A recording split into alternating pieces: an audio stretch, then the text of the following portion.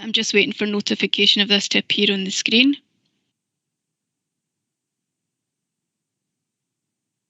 Okay, the meeting is now recording, so I will begin by taking the sederant for the Clydesdale Area Committee on Tuesday, 7th of September 2021. I can see that we have present Councillor Allison, Councillor Corbett, Councillor Greenshields, Councillor Hamilton, Councillor Holford, Councillor Horsham, Councillor Lockhart, Councillor Logan. I have apologies from Councillor McCallan and Councillor McClyman. Do we have Councillor McGavigan? No. And I can see that we have present Councillor Mars and Councillor Shearer.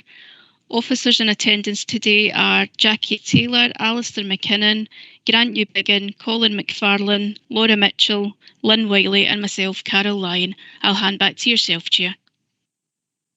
Thank you. Right. Okay. First of all, any declaration of interests? Good. None. Okay. Next, then, we've got the minutes of the previous meeting from last time round on pages 3 to 6. Has anybody got anything they want to bring up on that? No. Excellent. Right. We move on, and we now start the various people who are going to be talking, and we will take them in the order they've appeared. I've got the first one here, which is the Common Good update, which inevitably must be Jackie. Thanks, Chair. The floor is yours. Thank you. Afternoon all. This is the first report we've brought to an area committee on Common Good. It'll be an annual event. I appreciate that many of you will already have a good awareness of Common Good. So apologies if any of the information here feels a bit repetitive to what you've seen before. There has been a member seminar specifically on Common Good that I'm sure many of you have also attended or seen the recordings of. But this report intends to give each area committee an oversight of what's happening on Common Good in their particular area. So I'll run through the report. If anybody's got any questions at the end, I'm happy to take those. I'm not an expert in every area of Common Good, but I'm happy to take any questions that I can't answer away and provide an answer in the future. So in terms of the report, we've got a little bit of background, first of all, which covers what Common Good is. And as the report says, it can be assets or money that's administered by local authorities in respect of former boroughs within the local authority area. Whilst the council has legal ownership of the assets that sit under Common Good, what we can do with those assets are subject to systems of statutory control. There's quite a strong legal surrounding to Common Good. And that means that there's the potential to limit the extent to what we can do with assets in terms of change of use or disposal of them. We've got 4 Common Good areas within the council. Lanark and Biggar are obviously the areas that this committee would be concerned about, and also Hamilton and Rutherglen. We prepare accounts on an annual basis, and they form part of the council's overall accounts as well. The Biggar Common Good account only holds cash, whilst Lanark holds assets and cash as well. And we've been very proactive in terms of maintenance of those assets within Lanark in an attempt to try and keep the viability of those assets there and reduce future liability around those assets. So over on to page 8 now. At the top of that page, it reports that we do have a budget for maintenance for the Lanark Common Good assets, and that's £15,000. And the Director of Finance has delegated authority to allocate that £15,000 in relation to works that are needed to keep our Common Good assets in some form of good condition. There are obviously occasions where our assets do require more expenditure, and that would have to form part of an approval process through committee. And I can talk more about who has the responsibility for making those decisions in a second. So what this report will cover is how we manage our Common Good funds. It'll cover the accounts that we've prepared for both Lanark and Biggar. It'll also provide an update in terms of the planned maintenance for the Lanark assets and projects that are currently underway in Lanark and Biggar. So firstly, sections 4 and 5, that's about the administration of Common Good. And for my sins, my team in finance administer the Common Good account, primarily around the financial aspect of that. We are heavily supported by colleagues in Housing and Technical Resources, particularly Joanne Forbes and her team, around the asset side of Common Good. They're obviously the experts around asset management, and they provide a lot of support both to myself and to local members around Common Good. The job for Finance Services does include our normal financial monitoring of the Common Good, preparation of the annual accounts, and reporting to committee. And it's the Finance and Corporate Committee that has responsibility for decisions around all Common Good. If there are any proposals for spend from the Common Good funds over and above the 15,000 maintenance budget, then it would go to the Finance and Corporate Committee for approval. They receive reports at least twice a year around Common Good. As I mentioned earlier, we will now have an annual cycle of reporting to the area committees, which will hopefully give you an insight into what's been happening around Common Good and what future plans are. The accounts for Common Good is covered at section 6 of the report, and there is an appendix which shows the actual accounts for each of the Common Good areas. What I would suggest is that the line of main interest to most of you will be the line that's called Advances to South Lanarkshire Council Loans Fund, which is just a fancy way of saying this is the cash that's actually available for spending around Common Good. And you can see at the table at the bottom of page 8, there is £333,000 available for spend in the Lanark Common Good account and £32,000 in Biggar.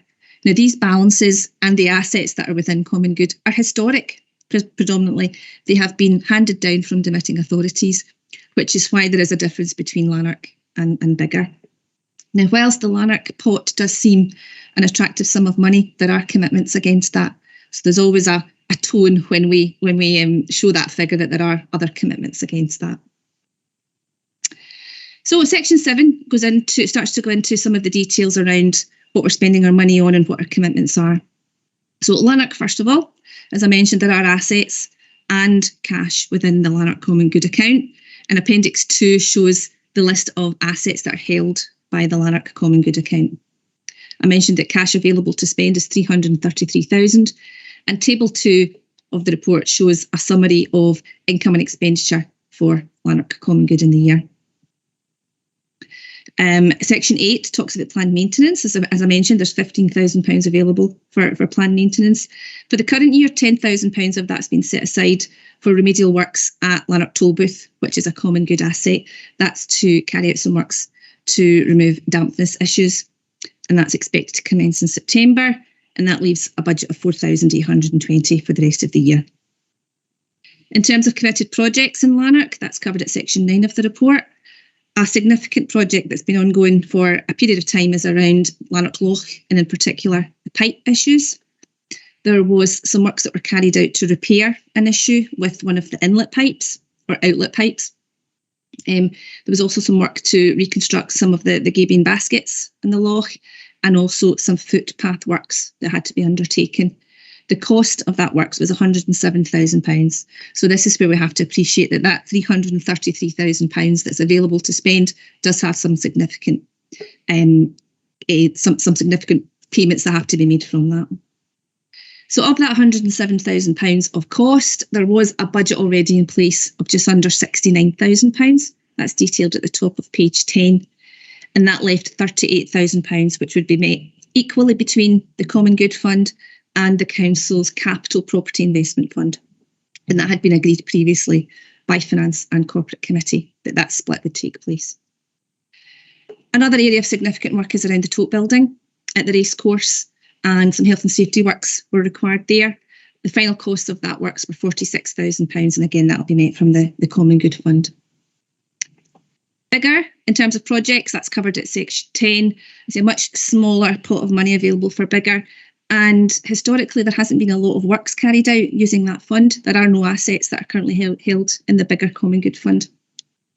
There was one project that was proposed around lighting units, and that's at Coulter Road, and that was £8,000, and Finance and Corporate Committee approved that project, and those works are expected to be concluded in the next couple of months at the latest. So that will come out of the funds that are available for Biggar. Section 12 of the report is an area where in future we will report on any consultations that are required around the common good in Lanark and in Biggar. Because of the statutory nature of common good, we are required to consult if there are any changes to use of any assets in common good. There have been some over the past couple of years, but at the moment there are no current consultations around either Biggar or Lanark. That's probably the bulk of what I would highlight from the report. So the report is for noting, but I'm happy to take any questions either about the report or otherwise on common good, if any members have any. Thanks, Chair. Eric, your hand is up. Sorry, forgot to unmute there. Jackie, one question, but also I want to put on record yet again that I think it's appalling that the Common Good Fund has to pay for the streetlights in Biggar, which the council has produced a report saying the streetlights are required, and yet it falls to the Common Good Fund to do it. I think the council is losing sight of its basic responsibilities. However, my question is a simple one, actually. In 7.5 Table 2, what is depreciation? What are the assets that are being depreciated at £16,000? The assets are listed at Appendix 2 of the report. Whilst I don't have the details of each of those assets and the depreciation against each of them, it will be in relation to those assets. I can get that information for you, Councillor Holford, if that helps. Could you? Because I'm just interested. I can't see what would be depreciating. But anyway, there we are. Thank you, if you would.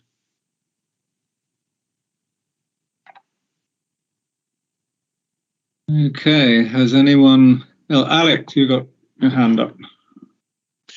Yeah, Chair. Jackie, where are we with the consultation regarding other assets that the local community believe should have been in the Biggar Common Good Fund? That seems to have been taking a long time as well to come to a conclusion. Yeah, you're absolutely right, Councillor Allison. There was a overarching consultation around all assets in common good, and that probably, I'm going to guess, at least 18 months ago. It was probably pre-pandemic, if I measure everything against when the pandemic started. There was a wide consultation on the assets that we hold within common good. Now, those assets that we record as common good, as I mentioned, are historic. And the consultation was to ask anybody that had an opinion whether they felt that there was other assets that should be added to that list. In Biggar, in particular, there was a response which highlighted a number of assets that the local community felt could be considered as common good. Now, there are, as I say, strong kind of legal positioning around common good, and colleagues in legal and in property have been doing a fair bit of work to investigate and understand whether these assets should or shouldn't be part of common good. I believe there's been a fair few meetings with representatives from the community to talk through these. In terms of a timescale when we get to the end of this, Councillor Allison, I'd need to check that with my colleagues in housing. But I know there has been a significant amount of work done, and they are pointing towards some assets that may make their way onto the asset list for Biggar. Okay, thank you. Can I just continue? Just for your own information, it's saying that a lighting standards that Councillor Alford was talking about should be started sometime. They are actually erected now, and they are the power is just to be connected as of today. Thanks for that. I see no other hands up. Jackie, I've got one question. I mean, I know it doesn't make a lot of sense. When I look at the accounts, this depreciation business that goes into the annual figures, I mean, it's just a false picture, really, because the reality is there is a level of income. We ain't spending it all, and depreciation for accounting purposes simply makes a hole in it, and it actually doesn't change anything. I don't know why we have it. I can answer that question, Councillor Lockhart. You're right, it's an accounting entry. Depreciation is an accounting entry. What it doesn't do is impact on the cash that's available for the common good to spend. So we are required to report it. It's under the accounting rules that we have to show that, but I can absolutely guarantee it doesn't eat into the amount of money that we've got available to spend. So unfortunately, as accountants, have to follow the rules. I appreciate it's not always sensible, but that's the rules, I'm afraid. Right. Yeah. Okay. I've got various other local questions, but I might come and tap you on the shoulder with Julia and Catherine on that. Absolutely, that's fine. Thanks. Okay. Right. If there's nothing else on that, then we can. Do I have to move that as a report? I'll second it, Chair. Okay, there you go. Well, that's brilliant. Well, Jackie, you can escape first. Thank you very much. I shall. If there's any other questions, please feel free to drop them to me. Thanks. Lovely. All right. Thanks a lot. Bye. See you. Bye. Now, where are we? Next, we've got the participatory budgeting, community and enterprise resources, footpaths and roads, which starts on page 15. And it's either Alistair or Grant who is going to be talking to that. Good afternoon. I'll give the initial introduction on this one. First of all, the purpose of the report is to advise the area committee of the outcome level engagement for the participatory budgeting PB consultation exercise to identify £2 million of footway and road projects. The committee is asked to approve the following recommendations. The outcome and level engagement for the PB consultation exercise to identify £2 million of footway and road projects is set out in Appendix 2 be noted, and also to look at our initial and potential learning points to develop future consultation exercises and forthcoming communications to be noted. By way of background, members will be aware that as part of agreeing the budget, an additional £2 million was allocated to support footway and road improvements. This investment would continue the Council's commitment to prioritise investment in roads, infrastructure and footway, including those within parks. This additional sum was to be allocated across 4 localities based on network length and be subject to an online PB exercise, allowing communities to prioritise on a thematic basis where the further expenditure in their area should be targeted. I would note that the resulting programme of works was informed by the Road Condition Index and footway conditions information that we held within the service. It was considered appropriate that the funding would be split 75% towards footway and 25% towards carriageway, with work to be implemented during 21-22 financial year.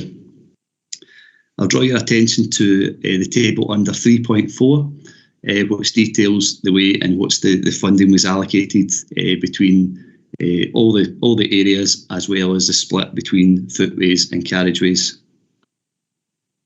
To address concerns that the vote could be dominated by larger population centres or organised communities, and using learning from national PB pilots, the process was organised using the following thematic options rather than specific locations.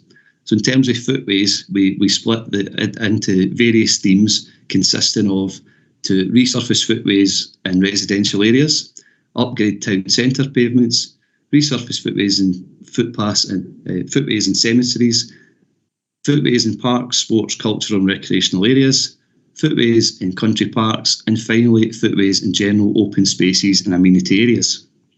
In terms of the road themes, we looked at resurfacing main roads, minor roads, roads in residential areas, roads in car parks and cemeteries, roads in car parks and within sports and cultural and recreational areas, roads and car parks and country parks, and finally roads and car parks in general open spaces and amenity areas.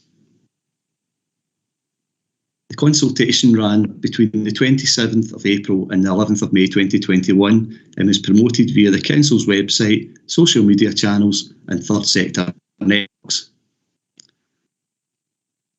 The top themes have been determined by totalling the votes cast in each area for footway and carriageways. Rather than having only one single winning theme, the available funding has been allocated across the 2 most popular themes. 75% of funding in an area has been allocated to the top scoring theme, whilst 25% to the second theme. I'll draw your attention to the table under item 4.4, which shows the results for the Clydesdale area for the roads theme. First place was to resurface minor roads, and second place was to resurface main roads. Under item 4.5, the table details the successful themes in terms of footways. In first place was to resurface footpaths in residential areas, and in second place was to upgrade town centre pavements. In terms of looking at the next steps, in line with the results of the vote, the funding was allocated as set out in the table under 5.1. I'll draw your attention to the Clydesdale line, where it shows £521,000 split between the two themes, as well as the first and second place. Appendix 2 sets out the specific locations where work will be undertaken within the extents of the public road and footway network. These locations have been determined from the service's prioritised list of locations requiring attention, taking account of the condition and importance of the road or the footpaths. Those schemes in Clydesdale can be shown within grey within Appendix 2. It should be noted that the budget allocations do not align exactly with the estimated costs associated with the priority locations. Therefore, for some locations, it will be necessary to supplement a proportion of the works costs from other roads budgets. It should also be noted that these are provisional projected estimates and that there may be some variance in terms of final outturn once more detailed design is undertaken and works are completed on site. As a result, other projects may come forward should projects outturn under budget. Conversely, some projects may require to be deferred or supplemented from other budgets if costs increase from the provisional estimates. However, every effort will be made to deliver the projects identified within Appendix 2 during this financial year. I would note that given an already full and challenging workload to ensure delivery of both our core capital investment programme and the PB priority projects, it has been necessary to commence the projects prior to the August-September area committee cycles.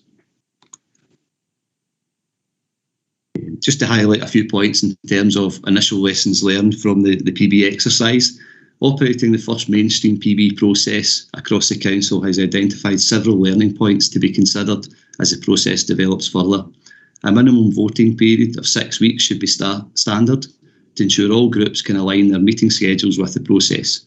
This was identified by several groups and individuals and represents acknowledgement of good practice to maximise participation. Through this process, we used a cookie which embedded itself into a voting device so that the device would only be allowed to vote once to maintain the integrity of the voting process. Issues were raised around some households only having one device, and this possibly restricted potential participants from voting. The point needs to be considered to ensure we find a balance between vote integrity and digital exclusion. And following on from that, consideration will also be given to paper voting. To ensure that many residents who don't have access to online systems can take part in the survey. This PB process was marketed primarily through networks and social media. Marketing of PB processes could perhaps also be developed further through face-to-face approaches in schools, public areas to increase awareness and participation. Suitable resources would have to be identified should this be seen as a priority area. Elected members will be notified of any PB processes going live to assist in their role of encouraging participation. In terms of any implications, there are no employee implications at this time. However, in terms of some of the matters emerging from lessons learned section, additional resources in terms of budget may be required for future PB exercises. There are no financial implications currently. It is noted budget provision of £2 million has been agreed. However, in terms of some of the matters emerging from lessons learned section, again, resources in terms of budget is likely to be required for future PB exercises. And I would just note that there are no climate change, sustainability, environmental or other implications associated with this paper. I'll now take any questions. Thank you. All right, thanks, Grant. Eric.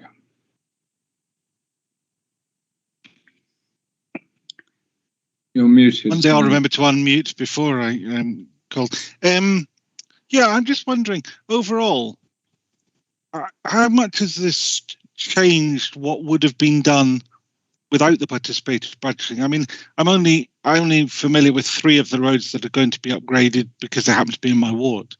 They were all pretty crabby and were all on the list at some point to be I think they were on the list to somewhere to be refurbished anyway. Has this changed the pattern of what you were going to do markedly? Not really significant, Councillor. As I say, most of the schemes were already identified on our current scheme sheets, whether that's a carriageway priority list or a footway priority list. You may well have found what we had to do was we had to, because the public were asked to vote in particular themes, it may well have been the case that we did have to select, schemes that maybe were a little bit further down the priority list, in terms of because of the locality of whether they were in a town centre, whether they were in a residential area. But certainly, we still had that engineering judgment of input to try and ensure that that the funding was directed to those areas that were in need of repair and of greatest need, greatest priority. You may well have found that we had to, because the budgets were split up into themes, that we may well had to, in terms of our priority list, we may have had to come down it slightly to find a scheme that would have fitted in with the value of the money we had allocated. But in terms of, scheme priority, we like to try and allocate the resources to those areas that are in greatest engineering need. It didn't really have any sort of significant impact for us. It's the cynic inside me sort of wonders what the value of all of this was if we ended up going back to what we perhaps might have done in the first place. Am I just being too much of a cynic? I don't know. I think, from my point of view, I think it maybe actually gives the public more of an understanding of some of the challenges we may have of how, trying to prioritise budgets into dealing with the worst areas first, and then, trying to make that affordable as well.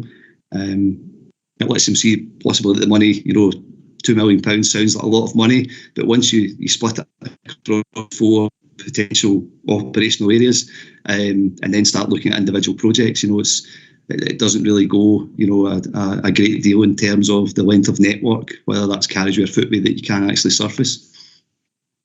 So perhaps it just confirms we were doing the job right in the first place, which in itself is not a bad thing. Anyway, nice to meet you, Grant. I've never met you before. Thank you. Thank you very much. Councillor. Julia. Thank you. Grant and I have met many times, and clearly, Eric, I pester him more than you do.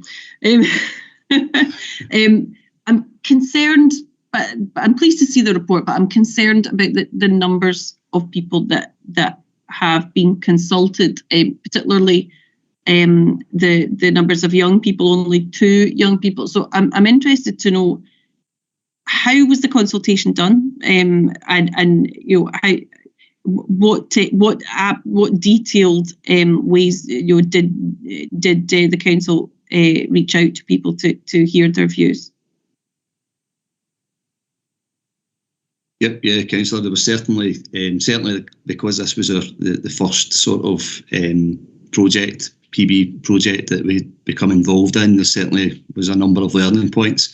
We certainly took a lot of advice from our digital teams within the council of how we should reach out to the public.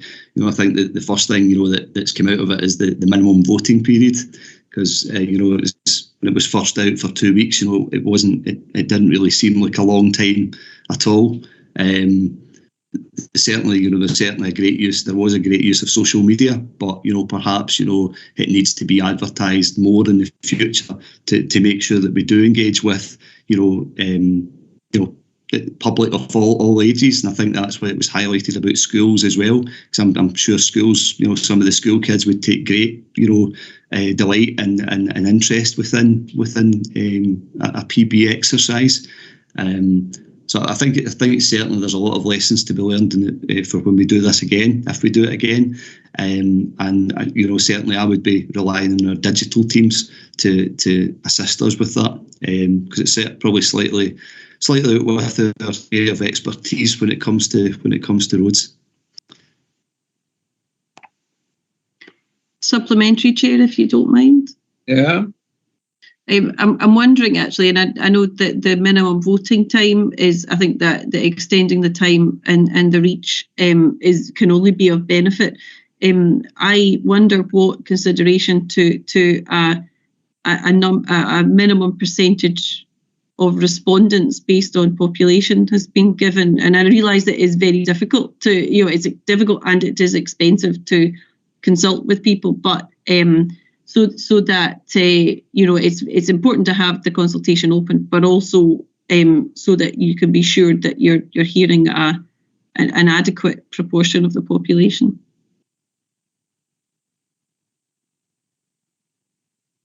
Yep, I certainly agree with you, Councillor. That we need to make sure that that we do reach out to that proportion of the population, so that the results we do get are generally reflect what the population wants. There's no, the thing we've tried to avoid is making sure that that a certain section of the community, just because they vote, more than once, that it doesn't just capture what a particular street or a particular area wants. So I really think it is important that we do capture, people's opinion and across the whole of South Lanarkshire when it comes to any future PB exercise. And it's certainly something that we'll take into account.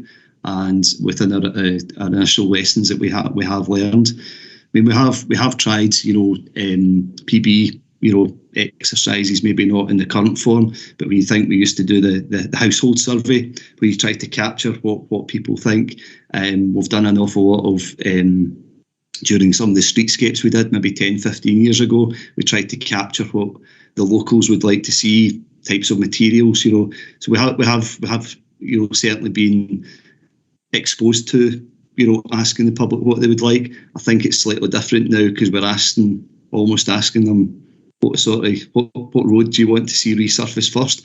And I think we need to take a cautious approach when it comes to that, because I still think it's very important that whilst we appreciate what the public would like, I think we still need that engineering input to make sure that funds are directed to those areas in greatest need. Okay, right. I've got Alex, Alison, and then Eileen Logan. Alex. Yeah, just checking, Grant, where about in the 706 Cleghorn Road are you looking to do paths? Or is that down actually in Lanark, or is it over the bridge in and up the hill into Cleghorn? It will be. It's this section within Lanark, so it's actually within the boundaries of Lanark itself. Yeah. It's not out the Cleghorn area. It's actually closer to. It's not too far along from the fire station, if you know where I am. Yeah, aye. No, that's fine. That's all. Okay, Eileen. Thank you, Chair. Oh, that's fine. I've been having difficulty with this my internet, so hopefully we're all right. Aye. Could I ask? It was in response to some different things that was getting said there. Is there a universal template from South Lanarkshire Council that you have to follow, and then maybe tweak a wee bit for the different areas? Obviously, different areas have different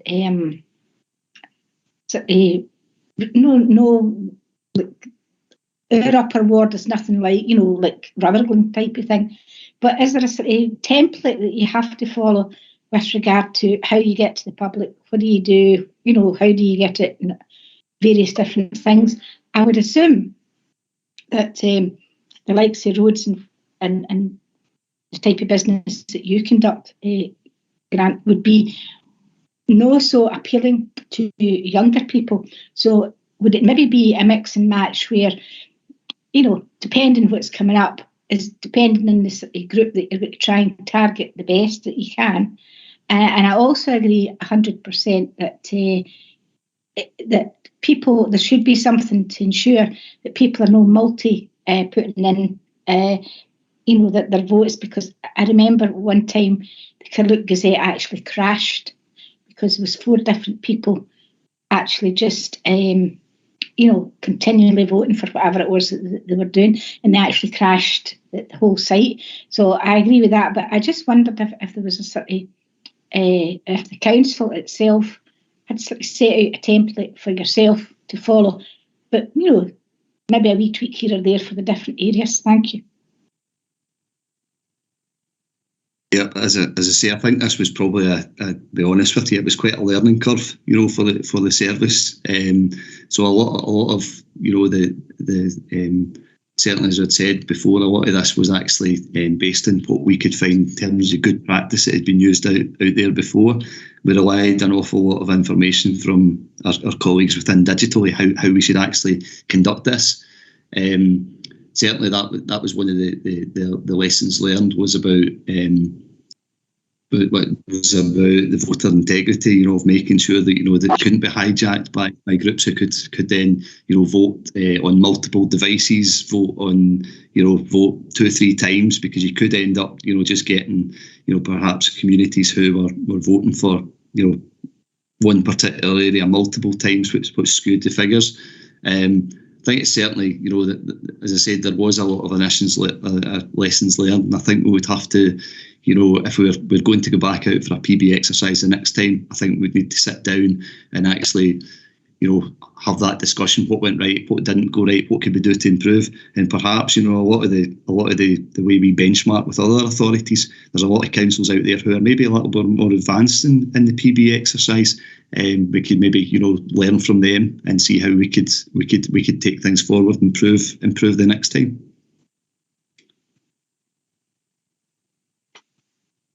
Okay, I see no other hands.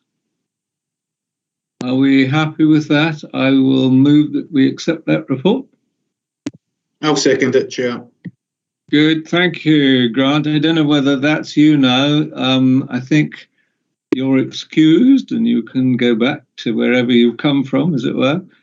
Okay, thank you very much. Nice to see you again. Thank you, bye. Thank you for doing that for us. Right, we'll move on then. Next, we've got participatory budgeting, community and enterprise, renewable energy fund, which is Colin McFarlane speaking on that.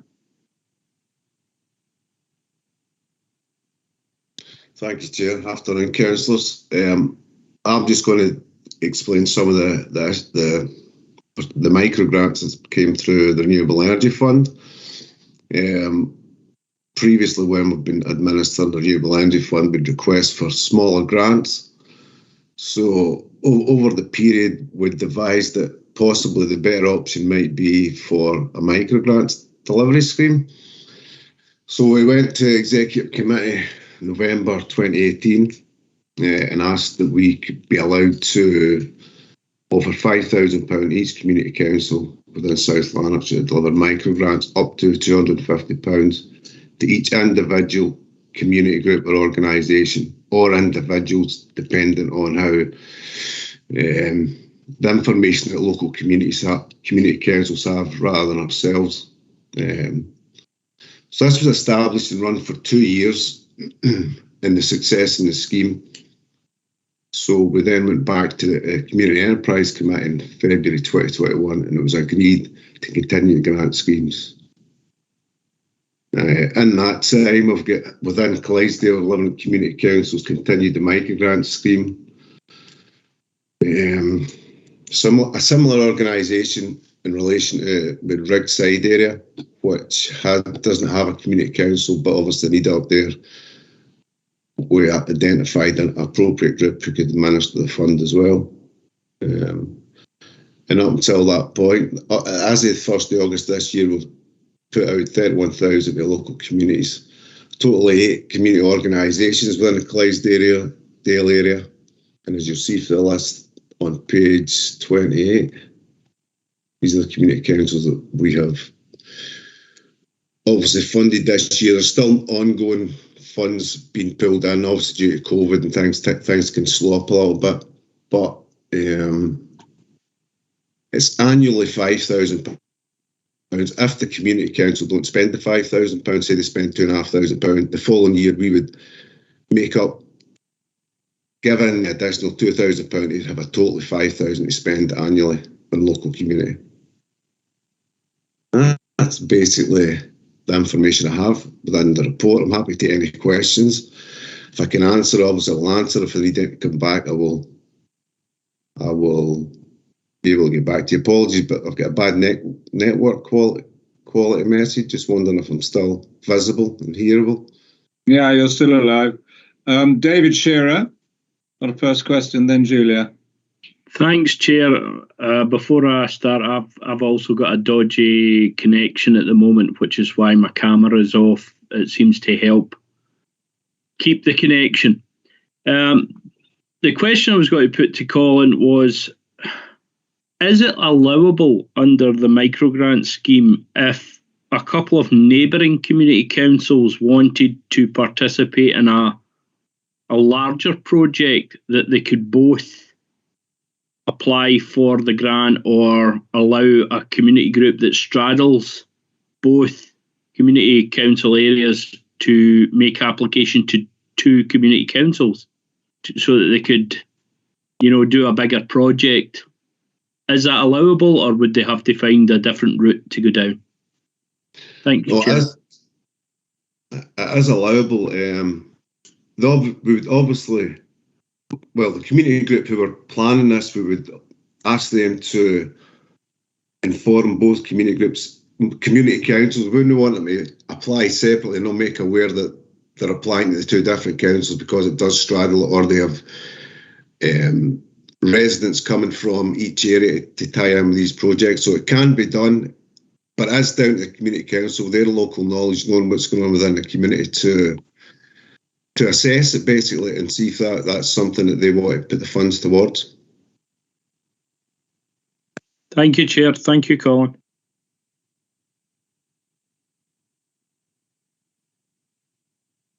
Julia? Thank you, Chair. Yes, I think the microgrant scheme has been exceptionally useful and worked very well for community councils. I'm also interested to ask a couple of questions of certainly in my area there are a number of groups that are not community councils but behave in a very similar way, and I'm sure that won't be unique across South Lanarkshire. So I'm wondering whether this scheme can be extended so that every area, even if they don't have a community council, is able to benefit. And also, obviously, each year there's going to be up to 10 grants per community council. Is the detail of what that money is spent on and the community benefit that was gained, does that appear at any committee for the council? We don't break that each individual project, every individual area into. It's not audited that way. What it is, we look for the community councils to audit it and send that back to us. We then check through the files that obviously the spend is correct, as in bank statements and various bits and pieces like that. But we would just report annually on the microgrant scheme, the overall projects, the overall microgrant spend. But the information is there. Obviously, we wouldn't just pass out the monies without relevant backup to that. So I think the other question, example of being Rigside and Douglas Water have a group organisation, a tenants and residents group, who have come forward and have access to microgrants. So it is possible, as long as the appropriate administration is there and governance within the community group or organisation.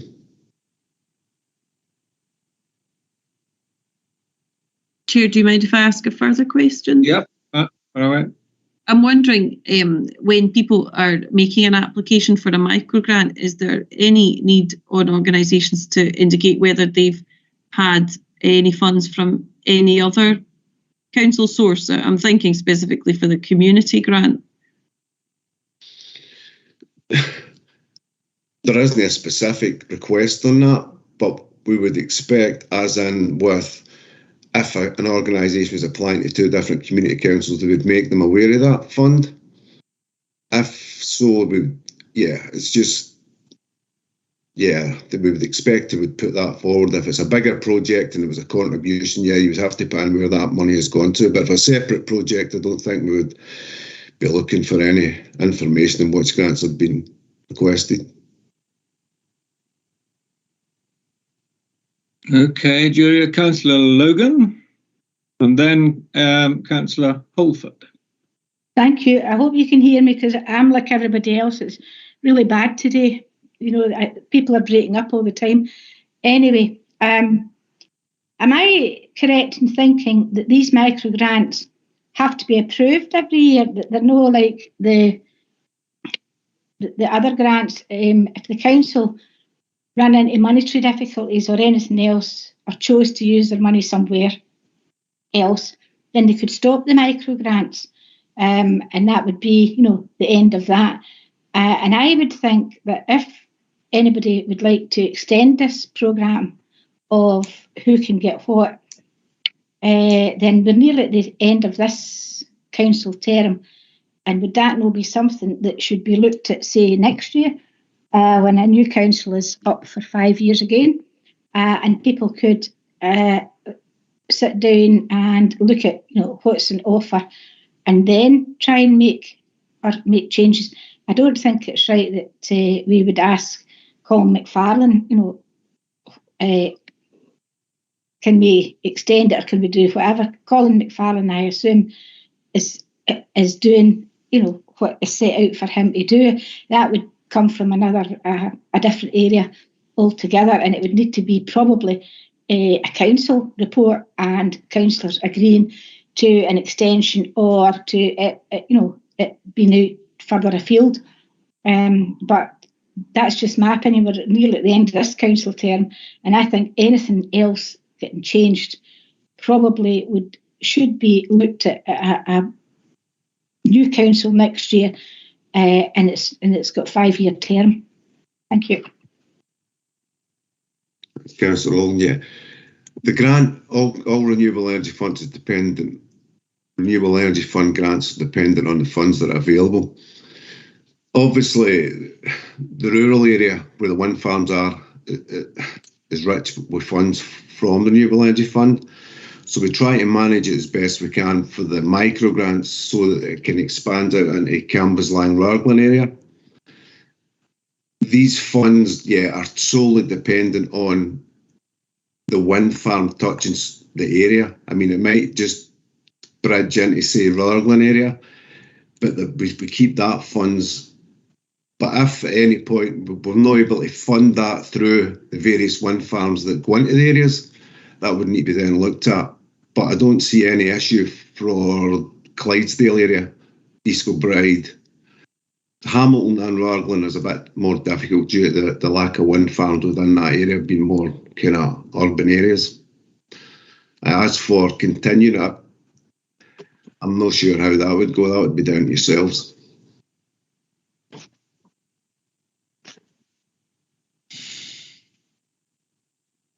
You're mute.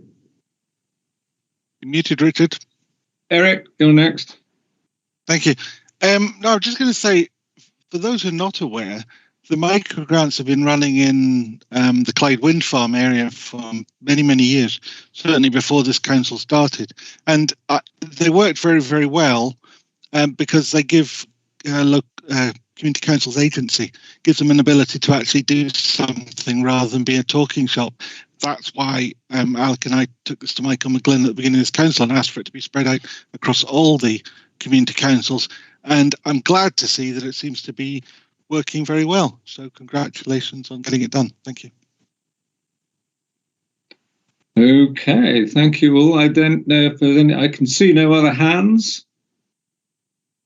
Are we all right there? Colin, that's great. Thank you very much for that. I would like to just move that report. I'll second it, Chair. Thank you very much. And Colin, thank you again. And you can withdraw as well now. Thank you. Good afternoon. Bye-bye. Good. Okay, now, patiently waiting on PEF, we've got Laura. Again, education resources and pupil equity funding. That's pages 29 and 30. Laura, the floor is yours. Thank you, Chair. Good afternoon, councillors. Today, we're asking the Area Committee to note the progress that Education Resources has taken to date with regards to participatory budgeting. We are in a slightly earlier part of our journey with regards to participatory budgeting compared to some of the other resources. Education Resources are asking schools to put a minimum of 5% of their pupil equity funding to participatory budgeting. This funding is targeted at supporting pupils affected by poverty, essentially to close the poverty-related attainment gap. 146 out of 148 schools in South Lanarkshire receive this funding, and of those schools, we're asking them to set aside a minimum of 5% of this allocation for this activity.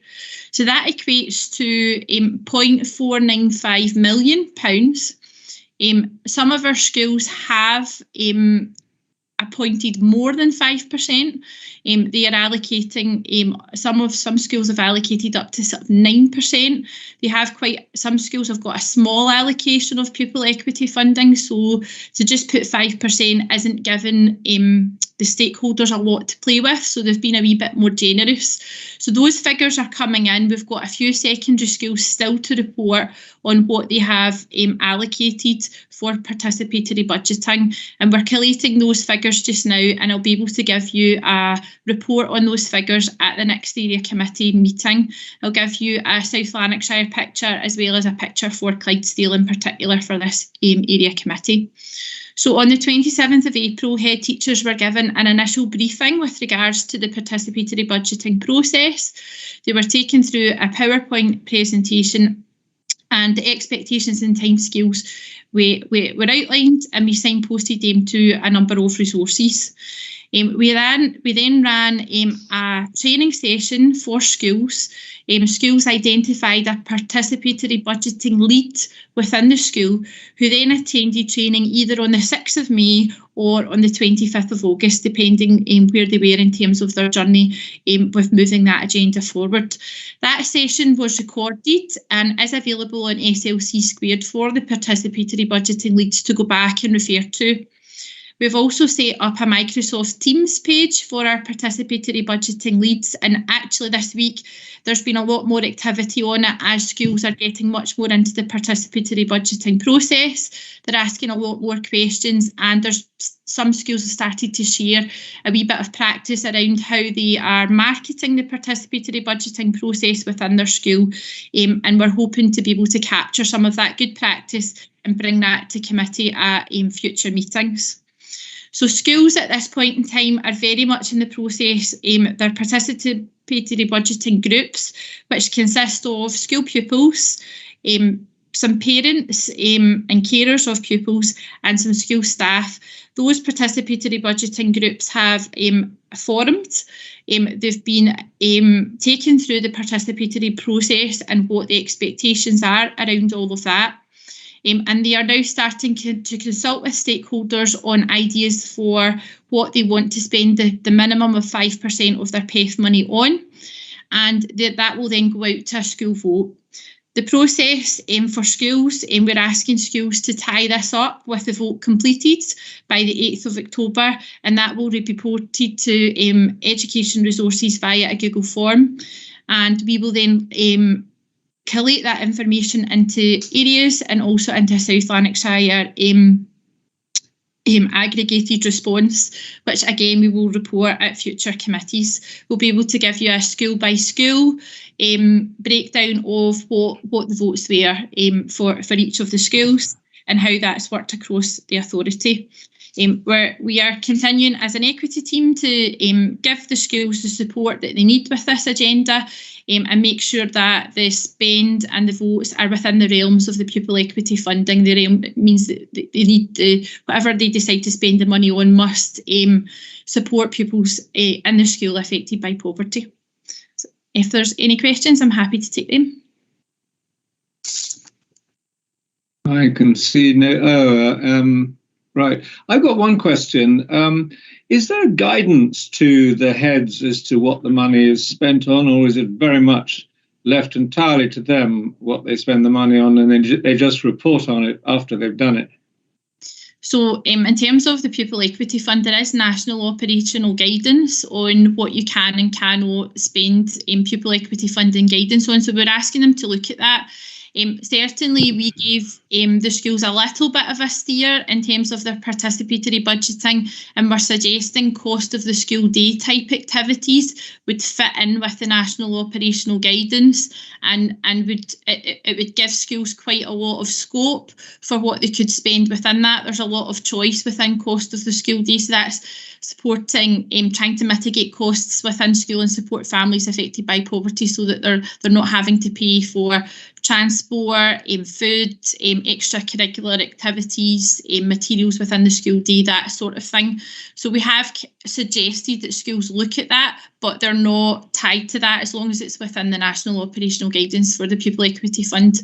And as part of the Pupil Equity Fund in general, we do have a sort of, we do look at the scrutiny of that within the education resources to make sure that schools are spending the money within the realms of the operational guidance. Right. Okay. Thank you. Right. Eric Holford's got his hand up. Yeah, just a little one. Prior to this participatory budgeting, am I right in thinking that the head teachers had the discretion as to how their PEF funding was allocated? Yeah, so the head teachers have the final say at the end of the day on what the pupil equity funding is spent on. But good practice and what we advocate within South Lanarkshire is that stakeholders are consulted on the process. They are consulted on what would be a good spend, and a lot of our schools do that and have continued to do that for a number of years since the Pupil Equity Fund was taken into consideration. The participatory budgeting side of it takes it that wee bit of a step further. It's not just the consultation, they're actually really getting the vote on it. So schools have been quite excited by that. And have really taken it on board quite positively, with some schools, making it into quite a big project within their school. So it'll be exciting to see what the outcome of the votes are and how that progresses in schools as time goes on. May I come back again, Chair? Yep. If this was new funding going to participatory budgeting, that would make a lot of sense to me. But this is coming out of the head teacher's budget, and it's merely putting it as well. It's partly putting a restriction on how he or she spends their funds. So I'm just, I don't know. It just seems to me we're shuffling the deck chairs rather than actually supplying any new ones. Yeah, some head teachers have fed back to me that actually doing participatory budgeting with their core budget rather than their pupil equity fund would be a lot more flexible for their stakeholders to have, because the pupil equity fund, there are restrictions in what you can do nationally, and that you've got to do it within the realms of what the Scottish Government say you spend it on. There are some restrictions, whereas participatory budgeting within the core budget, stakeholders would have a lot more say in what could and couldn't be done. So we've had that kind of feedback already. Okay, thank you. Okay, Eric. Councillor Mars. Thank you, Chair. Just to perhaps put Councillor Holford's mind to rest, this is for 5% of the PEF budget, not the entire PEF budget. And actually, routinely, parent councils and the student body are and always have been in good communication with schools in terms of their values and intentions going forward. I was particularly pleased to hear at one of my recent parent councils that there is now a deputy head for equity post, which and that individual will be leading on the PB process for Lanark. Is that something, that post, routine across Clydesdale and the authority, or is there a lead individual in each school? So yeah, there is a lead in each school that leads the equity agenda. Sometimes in smaller schools that can be the head teacher, and other schools it's delegated to other members of staff. There is an opportunity for schools, which has been agreed through the professional associations, that schools can appoint an acting principal teacher of equity or an acting deputy of equity. And a lot of our schools have done that. Some of our schools have been doing that for a number of years, but there have been more schools sort of jumping on that this year, and that they have used some of their pupil equity money to put those people in post. What we are seeing is that sometimes when those people are in post, because that's their sole remit and that's what they're spending their time towards, the quality assurance around equity funding is sometimes tighter in schools with having those people in place, and it's tracked and monitored much better, and the impact we're seeing is quite positive in schools.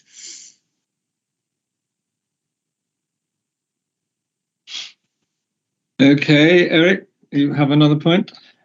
Just for the avoidance of doubt, I think it doesn't put my mind at rest. I believe a lot of, in fact, all head teachers find their budget fully spent already to be directed as to how they might spend even 5% of it is still 5% of that PEF budget, which they might perhaps have wanted to spend elsewhere. But anyway, my mind isn't at rest, that's all. Thank you. Right. I see no more hands. That's good. Okay. Laura, thank you very much indeed for that. I will move the report. I'll second that. Great, thank you. There you go, Laura. That's you now. And you're the last on the list, so you can depart. And Carol, I think we can confirm that there are no... I see no strangers, as you would say, in the House of Commons. No, there aren't. We are being live streamed, though, Chair. Fine. Okay, right. In that case, we'll move to item 7, which is the community grant applications, and that starts on page 31. There are 5 of them, and what I will do is, as usual, is take them all together, and because there are no declarations of interest. But just as a point, I hope you all received a little letter I sent out to you all, I think it was this morning or late yesterday. This is on the fact that we've now got about £10,000 more carried over from last year, so which is a slightly larger amount than we normally have. But as you will see, at the moment, we've still only got 5 applications. And we tried to discuss the idea of how we could publicise this a bit further, so that we could make sure that people were using the allocations that we've got. I mean, we don't want to bring the house down on ourselves, but it would be good to try and, if you like, persuade people again to come forward with grants. So I'll deal with that as a second part in the questions. But in the first part, all we'll do is literally, if you're happy, we will deal with the 5 grants, 8E, which we have discussed already in the pre-meeting and agreed. And if we're all happy with those, then I will move them. But let's just see if there are any questions on any of them first. Right, they all follow the normal form. So if there are no questions on that, that's brilliant. Then I will move that we accept those grants. Agreed, Chair. Okay, just moving on to the second part of that. It's just a point, as I said, everyone's got an opportunity here to think of some ideas of how we can widen, or maybe not widen, but promote the grants a bit more. Has anyone got any thoughts on that?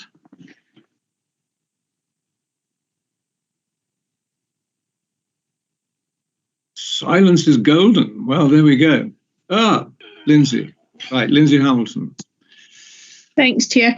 I think probably the people that in the past we've always had lots of people applying for grants. So I don't know if it's just a sign of the times that there's not really community events or community trips out and stuff to go. Because I certainly know that loads of the groups in my area do know where they are. I just don't think that because obviously it's quite a a short time period for when you can spend it, because you've got to spend it within the financial year, don't you? So I think that they probably just not want to go through the trouble of applying for it and then not guaranteeing that they're going to be able to spend it. Maybe that's wrong, but I know that that's maybe the feeling. None of the community groups in my area are planning on doing things anytime soon, I think. Yeah, I mean, there is a theory that there are now more grants from different areas available, therefore there's less pressure on these ones. But you may be right. David Shearer, followed by Eileen Logan. Thank you, Chair. To back up what Lindsay's saying, I think the COVID restrictions and different things have made people think carefully about what they're doing. But I'm assuming that we do, Chair, have a list of people who have received grants in the past, and maybe a wee email or a connection to those people to say, are you aware that these grants are still available, and as and when you require them, we can assist you to make your application. Now, that's no going fishing for you to use up our budget, but I think we maybe need to say to these groups who we've helped in the past, we're still here and we're still prepared to help if and when you get back up and running. Thanks, Chair. Okay, thank you. Carol, I'm assuming we know exactly who's applied in the past. I mean, maybe we go back 2 years or something, but I'm sure we can do that if it's felt that that's a good idea. Yeah, there will certainly be the database, Chair, that will have contact details for all of the groups who have applied in the past. I know it is something that the officers that deal with the grants used to do on a regular basis, sort of towards the end of the financial year, if you like, to try and use up the rest of the budget. But I know in recent years that hasn't happened. Okay, fine. Thank you for that. Right, okay. Councillor Logan and then Councillor Allison, who's put his hand down again. Thank you, Chair.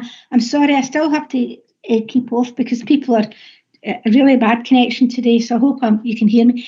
It was just sort of to agree with what Lindsay and David were saying there. A lot of groups that I'm involved with, out with council and in my own time, if you know, that's 18 months that they've never been operating, so they're only now starting up and coming back to, life again. Some of them are just starting up maybe mid-September, etc. So what you might find is that between September, say January time, whatever, once people get back and get this all sorted out, you might find that you'll get people applying for grants, because that's when they will know exactly what they're needing and to get themselves started up again and get themselves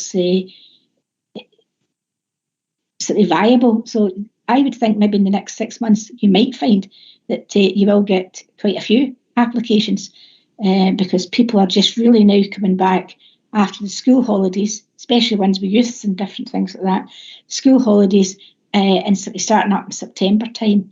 And like David said, maybe letters out to people who've applied before and or community councils and or any groups that's maybe out there to sort of tell them that the grants are there. But I would suspect that the next 6 months might bring you no flood under any circumstances, but you will find maybe more activity and people coming in for grants. Thank you.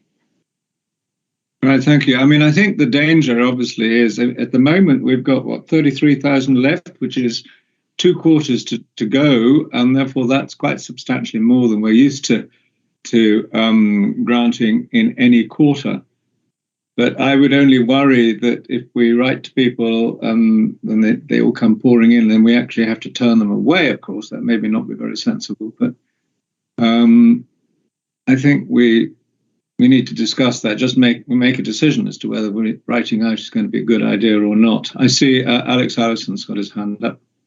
Yeah, it's just I think we should be writing out to people Chair. The problem at the moment is a lot of organisations do not know whether restrictions are going to be reimposed or not. We're continually being suggested that they could be because of the rise in the infection rate, and therefore organisations are not willing at this time to take on many activities that they're going to run into costs with and then maybe have to cancel them. So until there is a level of certainty, so I think we certainly should get the letter out so that any that are going ahead, we can make sure that we fully support. And I think what we need to do is to be prepared again to ask for any funds to be rolled over so that when organisations do start again to engage in activity, we have the funds there to support them. I do not think we'll run into an issue of not having sufficient funds in the current year. Okay, well, on that basis, then, are we agreed that what we should do then is to construct and write a letter, and all we need to do, if we agree that, is to decide how far back we will go? I don't know whether we go back 2 years or 3 years. Has anyone got any thoughts on that?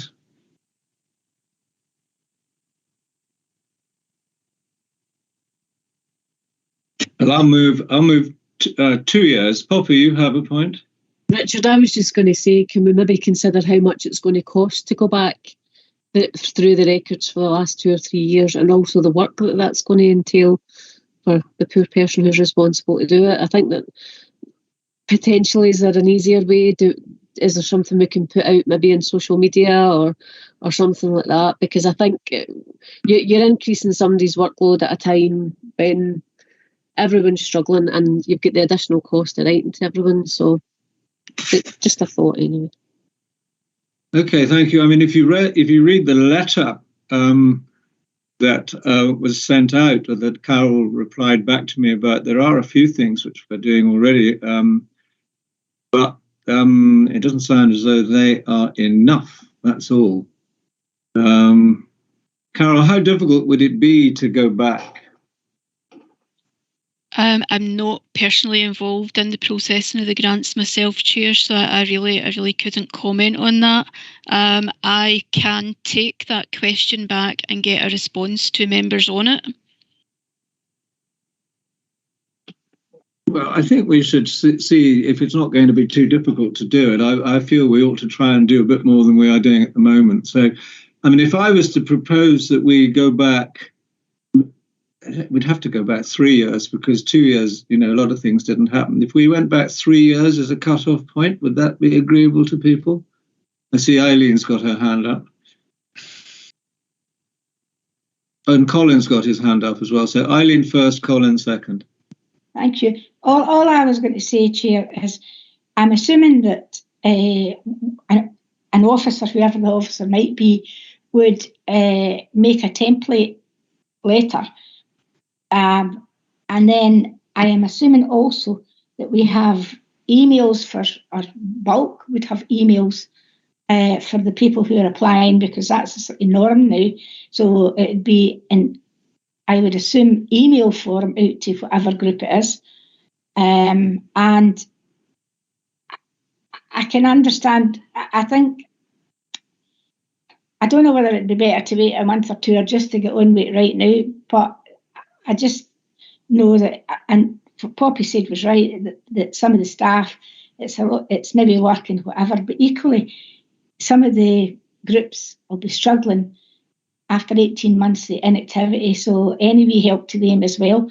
So I was assuming that it'd be a template made up, and it would be an email to whoever, and it would just be a case of, getting, well, that sounds easy, I suppose, but you would get the file, look who you've got, and so they just keep emailing, because some you will find they come in every single year anyway.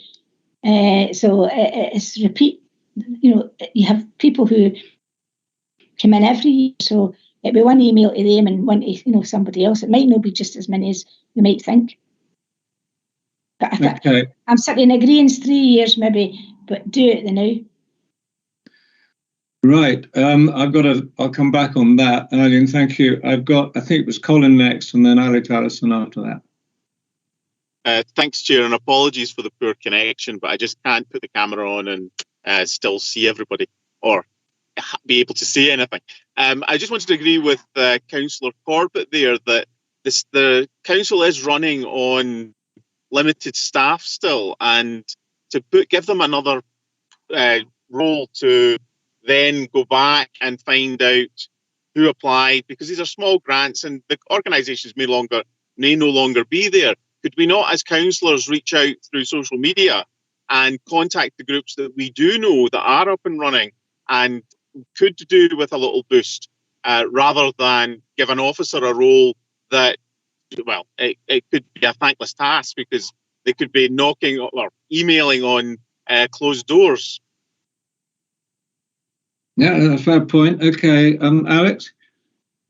Yeah, I was going to suggest going back further because the last 2 years there has been no activity.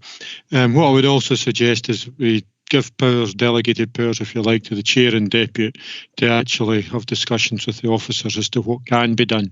Poppy and Colin's points are right enough, and we aren't going to get answer to those today. It may be simple, it may not be, but leave it up to yourself and your deputy to work with the officers to find out an efficient way of getting this message out to as many groups as possible. Funds are better out in the hands of groups than sitting in our coffers.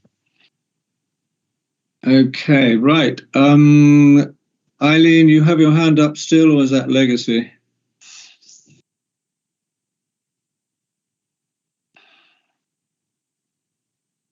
Eileen, no? Right, in which case, I think, Eileen, right, do you want to go? No, it's legacy. Wait till I get it off. Okay, I'm really fine. having a struggle here, right? Okay, I think what we've said, or what looks to me as though we'll keep it with Mark and myself at the moment, and Carol, and we will investigate how we can do this. And maybe I suggest that we don't rush the fences too much and give, as Eileen says, chances for people to wake up a bit. And why don't we bring this forward as a proposal for the next meeting, so that at least we can have a run at things in the last quarter if we haven't had a pickup, if you like, in this current quarter. Does that sound like a reasonable idea?